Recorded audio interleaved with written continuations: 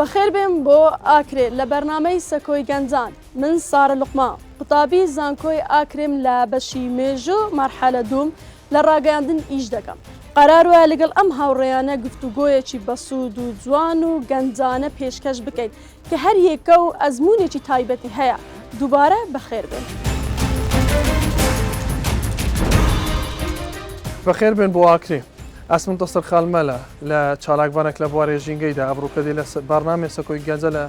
اف كنالا جوان دي بحث بابته چي هر جرين كين و بتيرو تسري دي دست هند خالي جرين دست شان كين كا آيا جينجا برافيتش تو و چارسر و ريكاري تندروست نبو چارسر كدنا پرسا جينجي لكردستان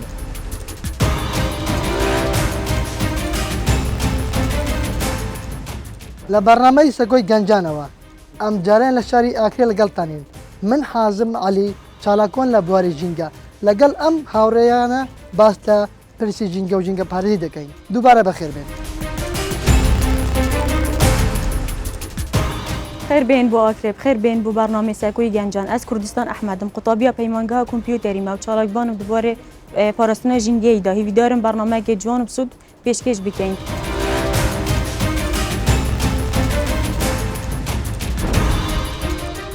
اس اسماعیل محمد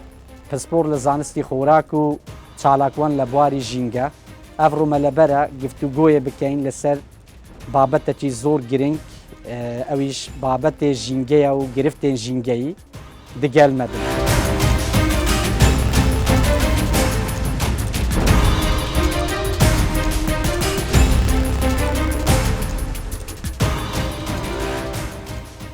خيرات هاوريا باشن سلامة تندرستي الحمد لله بس أنقو بواجب سلامة بالممنون تون لقل جينجا باريزي خدو دي قطيت متابعين قطيت الحمد لله ايدي ستايلي برنامج ما آوای کسی چی بکنه پیشکش کار بو گفتگوی که زوان بکنه درباره جینگا پاريزي ايدي من پی باشه صد کردستان که منتصر بیدین چون که ویزی دادر مجال پاراستنا جینگی دا کار کری. تو سیله والله جاما هر وين ما اقدر كدي بوش البته ما هروش بيتي ما فرق نيا ما حزكين او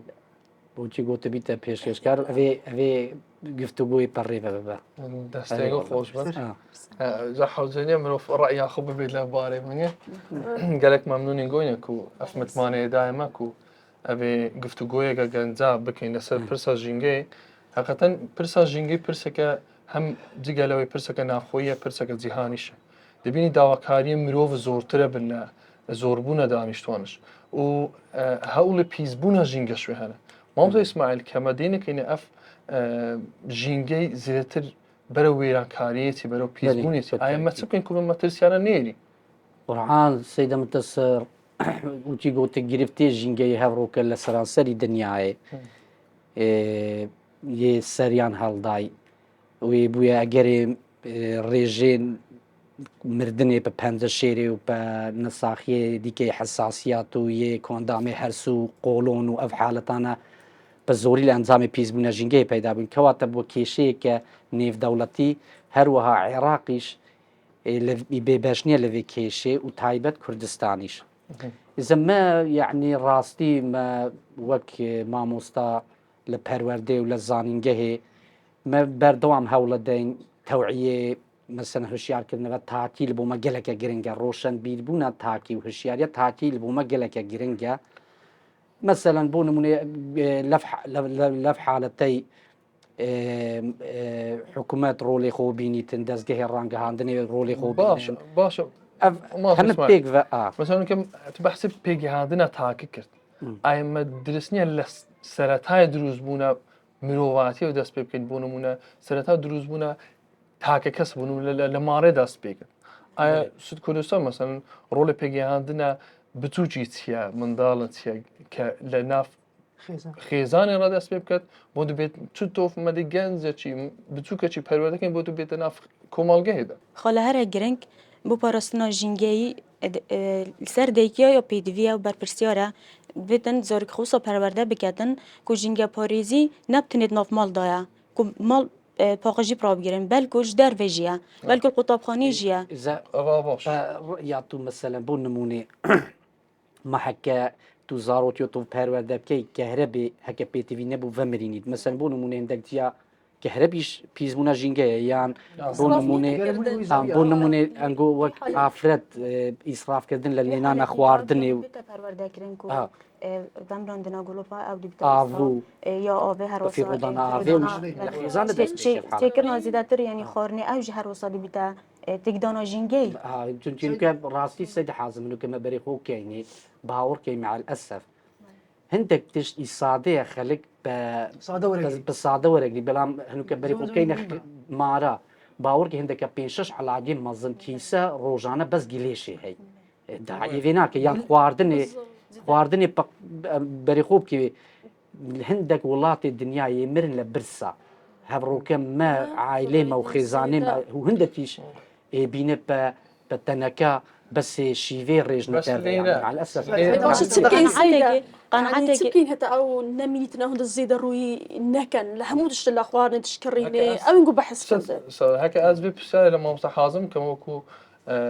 جانزك لبواري رخراوي جينجايدا هاي أنقول تشكر ديا بوندي هلا أولي أنقول صوف هاتنا ناف كومالجيدا أنقول والله دەست پێکە هاتنە ناومە بۆ کارێ ژینگە پارێزی طبعا ما ڕەنگە باگراوەندی ژینگەی لە خێزان هەبوو بیتن چونکە حکومیەوەی مەلا گوندای ژانە ما تکەلی سروشت بووینە بەڵام کاتێنە ناو کارە ڕێکخراوەی ئامانجەمە ئەو بە کە تاچی خۆ هوشیار بکەین کە ژینگە پاراستن تەنیا ئەرچێ تاچی نییە تەنیا ئەرچێ پۆلیسە نییە تەنیا ئەرچێ کارمەندێکی باژێڕوانی بەلکو تا ئەرچێ هەموو تاگی کۆمەڵگەیە هەموو بەرپرسیار لە بەرابەر ئەو ژینگەی چونکە مەخۆ بەشەچین لە ژینگەی مادەم بەشەچین لە ژینگەی تبیا هۆشیاریکە ژینگەیش نەبیتن باش تشينا جينجاي إيه باريزي. كاركا بونو مثلا راقيا ئەزت کوردستانی بەحسی ئەوەی کرد ڕۆڵی خێزانێ ئەگەر خێزانەی زارۆچۆ پەروەردە کرد شێرە ئەوی تانگە پڕبوو بەگریتەوە ئا بە پیرۆڵە چونکە حالیان ئەمەی لە قەیرانە ئاوێ ئەژین باوەڕ کەن چەند ساڵێ بیتن بە پێی ئەو ڕەنگە سەدا ئیسماعیل پتری ماگەدار بیتن لەبەر لەبارینیان ڕێژە پێتیڤە بارانێ لەبەر کۆرینە بیری ئاوێ بیرێ نەفتێ ڕێ قەیرانە ئاوێ دروستە بی لە کوردستانی بابي سەرچاوێک لە UNDP لە ساڵ 2012 کە بەڵاو کردە ئەبێت پتر لە 7 ملیۆن عێراقیە دی تووشی پێداویستی کەم ئاویە بن لێرە هذا كم هذا يكل السبب سدود هاتينا دروس كن وزايدا بيزبونيش أبي السبب كيمبونا عافي بلام مع الأسف يعني بيشي لتسندك ما ديبيتا تشكل السيدة حازمش لكل عاكري ما بحث فيه هنديك كواتا تقريبا هواي عراقي هيبتي بصرة وبغداد تقريبا رجال درجات دويتي للدنيا اللي بيزبوني حقا هنا كان بحث جيجي كد ستسارة ما كدستو بحث رولي راقيان دني كلا بواري دا سترولي هي بو شارك الدنيا ساتشي ڕاگەاندن بە هەموو شێوەیە خۆ ئیدی بیسترا و بینرا و چاپکرا و سوۆشیال میدیە هەموو گرنگن بۆ پەرەپێدانە ژینگەی بۆ ئەوەی پەیام بگەینتە خەڵکی و ببینن و سوود لێ ببینن کە ڕەنگە بۆ نمونە چکە ڕاگەاندن ڕۆڵێکی سەرەکیە بینیتن هە لەوێ هەندێک لە ئاراستەکردنی بزەبت پێشتر ڕەنگە گرنگی پێ نەهاتوو دەدانن هەکە هاتبی دەدانانیش بەپێی پێویست نەبتن بەس لە ئێستادا هاتوودا تەمەناکەن یعنی ئەو کەن هەوڵ بدەن هەوڵ بهێنەدانن بۆ ئەوەی بیتە پرسەکە علامی چکە ژینگە پارێزی گەلەکە گرنگە ئەو نەخۆشی و ئەو هەر تشتێک تووشێ بخلە سەر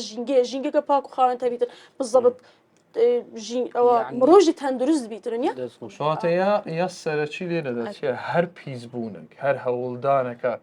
مرۆڤە تأثیرێ لەسەر خودی مرۆڤەکە هەر پێشکەفتنەکە دنیاش هەر زۆربوونێک لە هەر کۆمەڵگەیەکیدا بێ یعنی قوربانی سەرەکی چییە ژینگەیە کەواتە زۆربوونە دانیشتوانە ئۆتۆماتیکیان پێداویستی زۆرە سەردا ئەس مثلا بۆ نمونە بین بەحسی ئاکرێ بکەین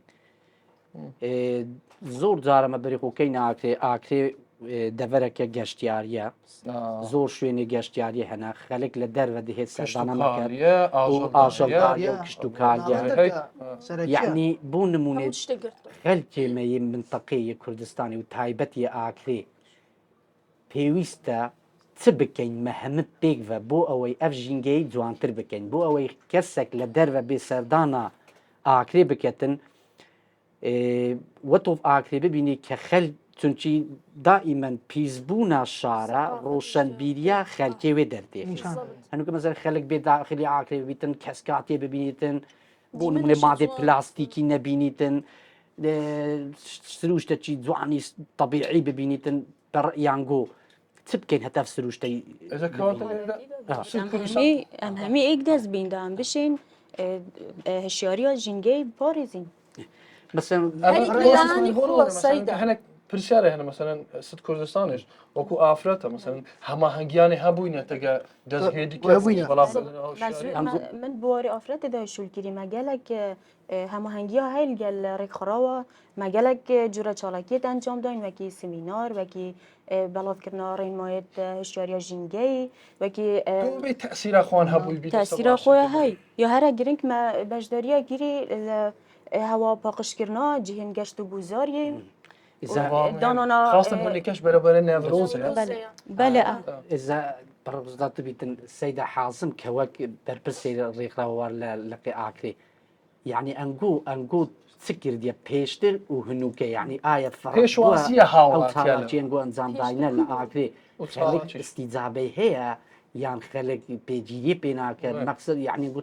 رولينج وتسبوه يعني بێگومان تەسیرەکە باش وابێت چونکە هەر کارێکی مرۆڤ دەست پێکەتە ڕەنگە بیتایەتە ڕەخنە هەبن بیدایەتی گلەی هەبن لەوانەیە پێشتر ئەنە گوتەمە ئەنگۆ هەر وێت نابێن بە شۆن ئەنگۆڵەکان بەڵام نوکە خەلک داواکە بیتە ئەندام تەگەمە شۆر بگەتن نمونێکە زیندی چەند کۆمەکە گەنجی ئاکرێ برادەرێمە بوون هەوڵیاندا ئەڤا کۆڵانە بخەملینن بە گول و گولزارە پێنگابەکە باش بوو دەستخۆشی لێکەین خۆزیە چەندین گروپی دیشیوان هەبووانە کە ئاخران خەمنان دەبووە بجی لێ و تۆ چەندان هەتاکەمە لە پێشتر ڕێکخراو نەبووینە لە ئاکری نوکە لە گونداوی هەنا چالاکبان لە نەحیاوی هێنە بجی لە دینارتەی گەدەستەی ڕێکخراوی هێنە هەوڵەدەن تەگە لایەنی حکومی تەگە مؤسسەی حکومی هەمانجەکەن و توعية جنگی بلا بکنه توعية إنساني بلا بکنه مثلا مؤسسة حكومي وكساك آية نخبة لمنطقة ما رولي سرتشي نابين لا چسباندنا أخلاقية جنگي بالتأكيد ممكن مثلا بون نمونة اگر بيتو مثلا كسي ديار سرمایه دار زیادتر بايخي بجنگه هبدتن کسی دیگه جد تابلی کرد. سیده هندیه که باخش بیدتن ایدی خلقش پابن نبی اورج زحمته. تبيده كلتو. زاني بس خلقي شمين كما عفوا ما هشيارية هاي. مرة شنبيري هاي بس ما هشياري هنا. هشياري أوه. إبيا بدن أم وين هشيارية اللي صار هولاتيا تطبيق بكين أم بشين كوريجاري اللي صار وابكين. أما دي بيوستي. بالله فكرنا. بونمونا قلبي قابي حاليا. بربسي تشيل آخري. تانن تجي بكتن بيجي باخش بكتن. لدوه ما مستاق ديكا. تاكك ديكا. صالك ما نجي ديكا بس نازيبه. برابر إتبيت. أنغو ميكرده. تاندين زارا بربسي تشي بالا دكان بيهاتي. حاولك باخش كرني. حاضر بونا وجدا ولا وانا 50 جنس هاتبن او زوانا بس ليره حسب او استبيانه بيشتر ما كردبن عندك بله يعني تابي كوتن ما دقي خالتي كرت تقريبا 16 لما جانزي من الدور بري ورقته بانقذ جينجي بيسكا يعني ما بسياري اللي كردينا أنقول بو تشيز جينجها بيسكن يعني ما يديتنا بطلع طاعنا سرزادا ويعني أنقذ دارة السوجن زيادة السوجن ومين بأنقذ أذاها أوان ولا مونوتو يعني وتي تولا كرنفيتي لا دخول لا تي توريا تولا كرنفيلا جينجي هي كاسنيا جينجي هي مهمياها بيتفيا هميش بباريزن تونشي أفجرفتي هبروك بيدا بونا لجينجها راستوخو کاریگریه لسر تاکی کوملگامای هنه بری خوب که بون نمونه سیده متصر اف ماوی مهندک دیفتون کردن لناحیه تندرستی و تا ماوی 6 هیوه 700 کسی توشی پنزشیر بونه لما پاریزگه ها دهوچه یعنی زاره هکه بین و ساره هشتیات و هفتیات هکه توشی پنزشیری باور که يعني كتك باريزگه هتي يك دا توش بيوش كس بحس ناكل هاف روكا وتي انفلونزا اللي هاته كواتا فخر كواتا او نيك وبي بس اف مارا يعني اف كسد توشي بهنزا شيري بي هكا جينجا بيز بتايبت هوا ده نيت مشكله بيوست اما قناعتي بخلش بينين كباراستنا جينجي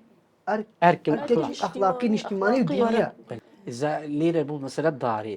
دارچاندن gelek tiştekî pîroz e بەڵام پەروەردەکردن هەدارێ لە نکمە پیرۆسترە بەز نەبیت تو وەکو مەسەرەن گەنجەک و چالاکوانە کاتێنە بواری ڕاگەاندن ئەو ئەزمونە تو وەرگرتە لە بوارێ ژینگەی دەچبوو سیدا حازم شادە کە چەند راپۆرت و فیچرم دروست کردن لەسەر ژینگەی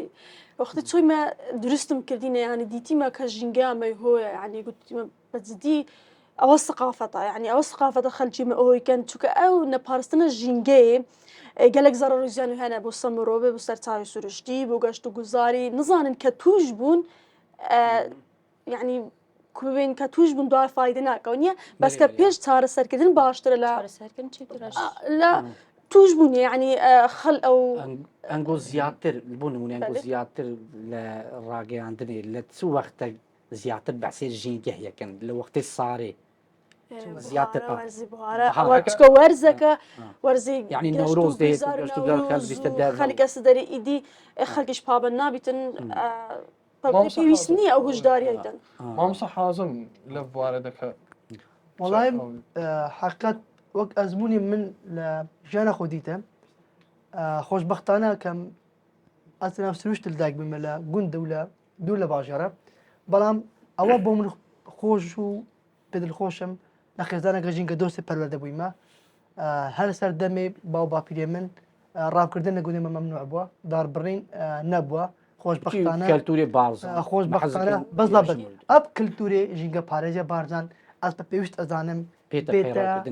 پێیتە پەیڕاوکردن بیتە کللتور تەنابەت دێ خوێندنێ و ناوەندێ پەروەردەکردنێ داکو مە هەموو وەکو کللتورێ ژینگە دۆستیا دەبەرە بارزان بینە نمونێک بۆ جیهانێ خۆشببختانە نوکە کللتورێ ژینگە پارێزیا بارزن وێ بێ کللتورێک وێ بێ کللتورێکی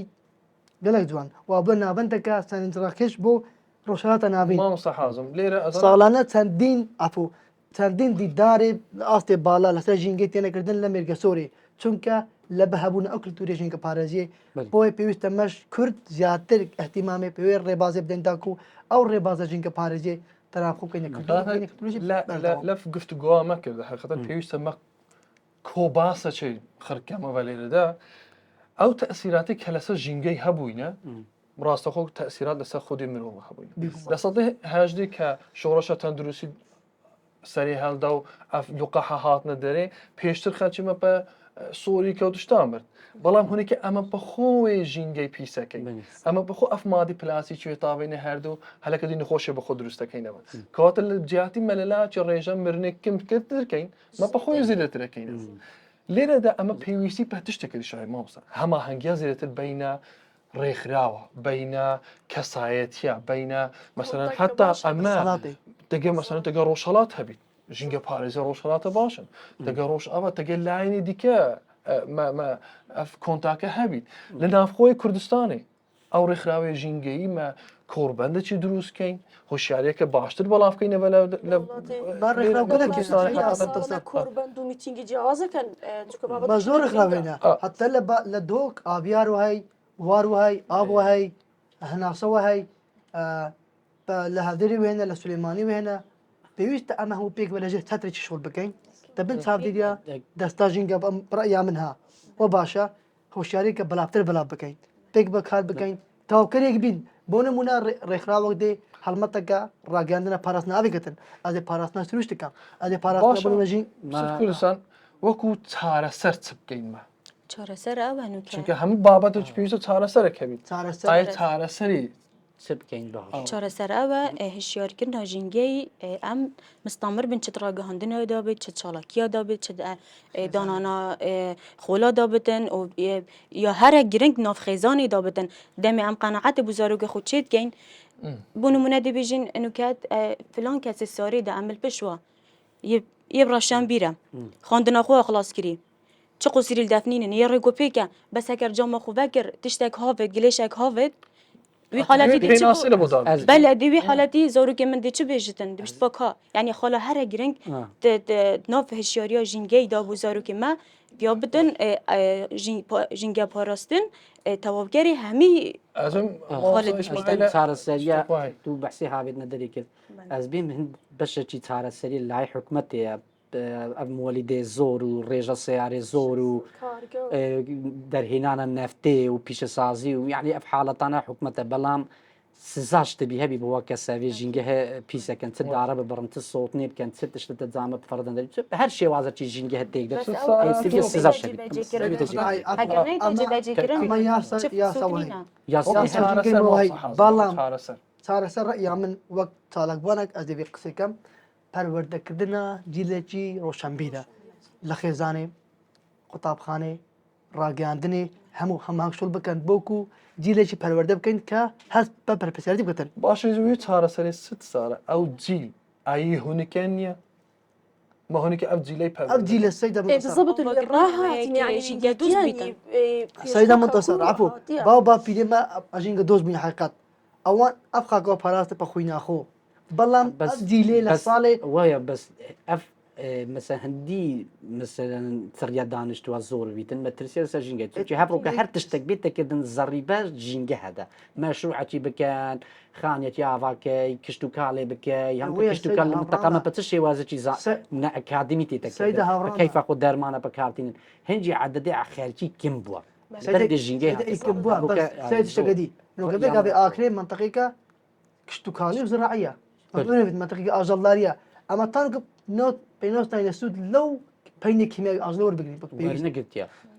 پێناستانی سوود لە زراعەتە وەرگرین یعنی زۆتیار پێتەویە خوولە وەربگریت هەندێک دەرمان مەمنوعن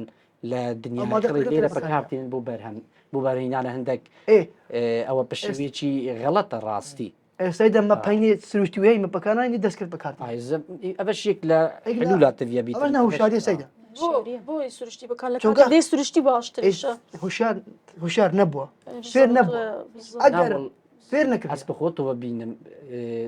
چ زۆتیار بن هەندێک لەوان یعنی بۆ مەسەلە بازرگانیە ئەو بەرهەمێ زۆر بیتن فایدەی بکە ئەو تەخەماندێنی خەرکێک بمریت یان خەرکێک تووشی نەخۆشی ببیت یان مساعفاتی هەبن ئەو حەزەکەتن لە ئەخیری تازانزەکی زۆر بێت ئەف مراقبێش هەم لە سوودێ مرۆڤە هەم لە سوودێ منتەقەیە چونکە هەم وێ منتەقەیمە منتەقەیەکە کشت و کاڵیە منتەقەیەکە چیایە مەسەرەن ئەف مراقبەیە خۆت ئەف دابین کە پێداویستانە هەموو لە بەرژەوە دیامەیە ئێزە ئەس بۆ نمونێ پرسیارەتی لە ساراخانێ بکەم لە بۆ نمونێ ئەتوو ئەو تشتێ بەرنامەجێک کردت بە زۆری لایک و کۆمنت لە بۆ هەنووکە مەسەن تو بەرنامەیەکی ژینگەی بکە یان غێر بەرنامە بکەیت بە ڕەیات و کۆمنت و لایک زیادە لە بۆ چێتن يعني داخل خالتي لتيم زيادة ثاني خالتي يعني لو تشتي كو جرينج بيتن اللي مراقني ها مثلا كجينجا كبراف كيف لوانية خرب بحب زان بابتي جينجا ترابط تيجر تشوك من هندك بابتي أساس تيجر أصلا هر شو بينيرو إني تشتاق دي متسكر يعني هر بصدان هزار بينيرو رويشتينا قلت إني تمشارك لا تشتي أو مراقن نجرين نا يعني تشتكي مهم يبيك هنا أشتي وطبيعة أوش ثقافته كمال جامع هونيك برامج هدي دي خلاص بدو ما يقتي أما فيت رجعت صارتنا لأبو بابتي ما مصح حازم كلا ترى داس بكين رأيي من رجعت هارا جرينجيتان ب جینگە پارێزی و پرسا جینگەی یەکەم قۆناغ ئەدە بێم خێزان پشتی خێزانێ قوتابخانە و پەروەردە سێکتەری پەروەردەی بایەقێکی تەمام پێ بدە بە هۆشیاریە ژینگە پارێزی و پشت ڕاش ڕاگەاندنی ڕۆڵی خۆ بینتن و هەروە حکوومەت و دەسەڵاتیش هەوڵی زیدی بدە بۆ جێبەجێکردنە یاسای ژینگەی ست ساڵات دوو چۆن ڕێگە چارە ئەوەیە لەسەر خەڵکی مەیمنی کومەلگایمە بۆ ئەوەی خۆ بپارێزین بۆ ئەوەی گرنگ احتیمامی بێتە ئەو هۆشداریە ژینگەی یا لانی حکوومەت هەر لانێک بەڵاوەکەتەوە ئیدی خەڵک پابەند بیتن بۆ ئەوەی چارەسەر بیتن و تووشی چ زەرر و زیانە نەبیتن لە خۆشیە ست کوردستان وەکو ئاماژە پێگیری پاراستنا ژینگەی دەستپێکی بیا بە ناو خێزانێ دابیدن پاشیل قوتابخانێ و دەروێ قوتابخانێژی gelekî مهمە دا ئەم بشین نەوەیەکی ژینگە دوست و تەندروست ئاوا بکەین مامۆستا ئیسماعیل بۆ نمونێ ڕووبەری سەوزایە زێ دەکات ڕووبەری سەوزایە ڕۆڵەکی سەرەتیە هەی لە پاقش ڕاگرتنە هەوای و ڕێگەگرتن و لە سۆتن و لە داربڕینێ و لەڤ حاڵاتانە ئەڤە ئەرکی حکومەتێ پە زۆری لاینی ساحاتان خۆش هەقدەن ئەیش دیاخبێ ئێدی تووشیاخۆ ئەو ڕێگەتاریە کە من زۆر پێ مهمە چیە بەردەوامبوونە مەیە ئەو بەردەوامبوونە دی وەکت و ئەف پەیامە بگەتەجە هەم لە بۆ هونیکە هەم لە بۆ داهاتوو هەم لە بۆ نەوێ مەشی لە دوومەتی دەستنگۆ خۆش بن و ئەف گفتوگووا گەرم و گوڕمە لەسەر پرسە ژینگای کرد کە دەبەرامەش پرسەکە دەبەرامەش دەبەرەکە چیاییە و دەبەرەکە مهمە لە کوردستانی لە هەرێما گەشتیاریە گۆش بە خێراتن سەرسەرین خۆشحاڵی تێکردن دیتە